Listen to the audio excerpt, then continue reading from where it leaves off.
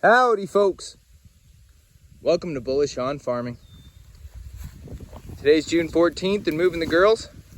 Let's go girls, yep. And we've now reached a field that we don't have water lines running through. We're going to be tracking back for water. I have about 30 yards in, I have a line across there.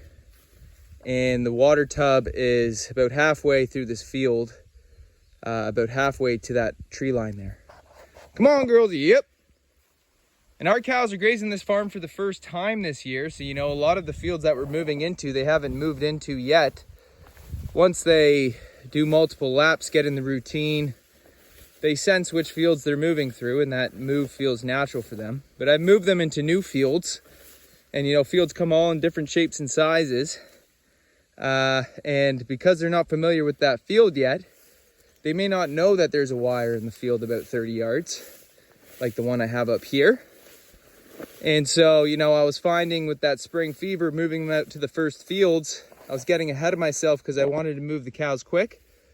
So we've been working with bigger areas. But when you're moving your cows into a field they haven't been in before, you can make a smaller paddock so that when they enter it, they don't come in guns a-blazing and start going for a gallop. And then, when they're running, they're going to see the wire last minute. If you have that paddock a little shorter in, they'll see it right away and they'll realize, oh, I can't really get a gate on me here.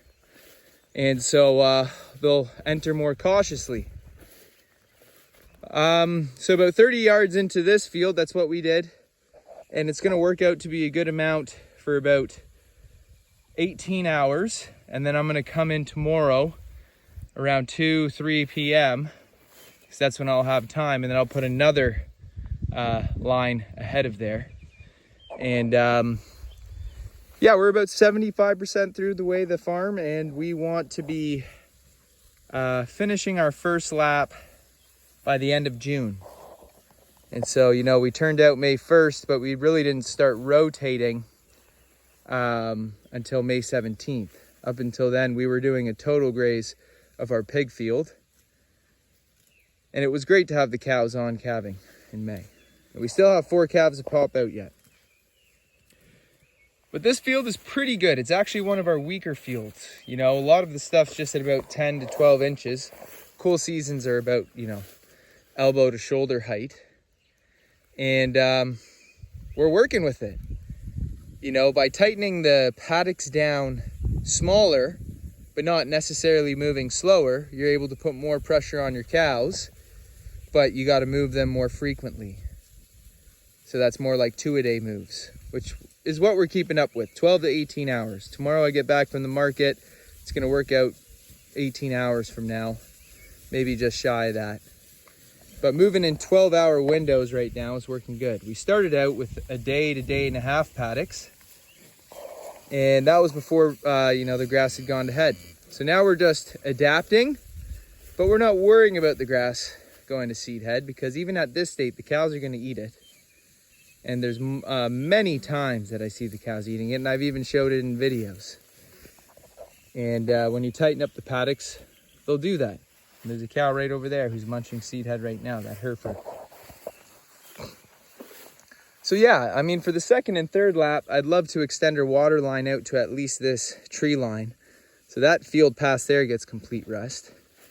And this could be a stockpiled field or a field that we plan to strip graze, so that we do a total graze, trample everything down, get a lot of feed out of a short window, 12 hours or so, and, move on to the next strip, not worrying about commuting back because we know we're going to get not worrying about the impact of the cows having to come back onto what they've previously grazed to get water, because we're going to plan to rest this field thoroughly, something like a stockpile field. And with the river along the tree line past that tree line, we might be able to water our cows, as we get to November, December, and we get those freezing nights, just punch holes in that river and allow them to drink from there and get, 3 weeks of feed out of this field, taking us through December. That would be great.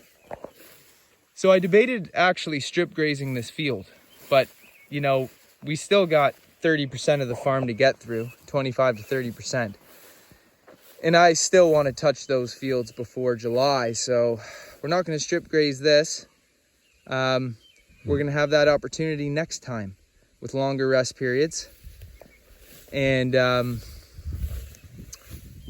with those longer rest periods, having more forgiveness, allowing us to rest particular fields longer in anticipation of stockpiling. So yeah, I mean, there's no reason why you shouldn't have lush grass, right? It's June, and it's been a blessed June. You know, we've been getting rain every few days. We've gone about 5-6 days without rain, but a little bit of sprinkle here and there, and it keeps the grass growing. So my prayers go out to all you for a blessed year. Stay tuned, folks. I'd like to say thanks for stopping by, and God bless you all. I'll see you on the next one.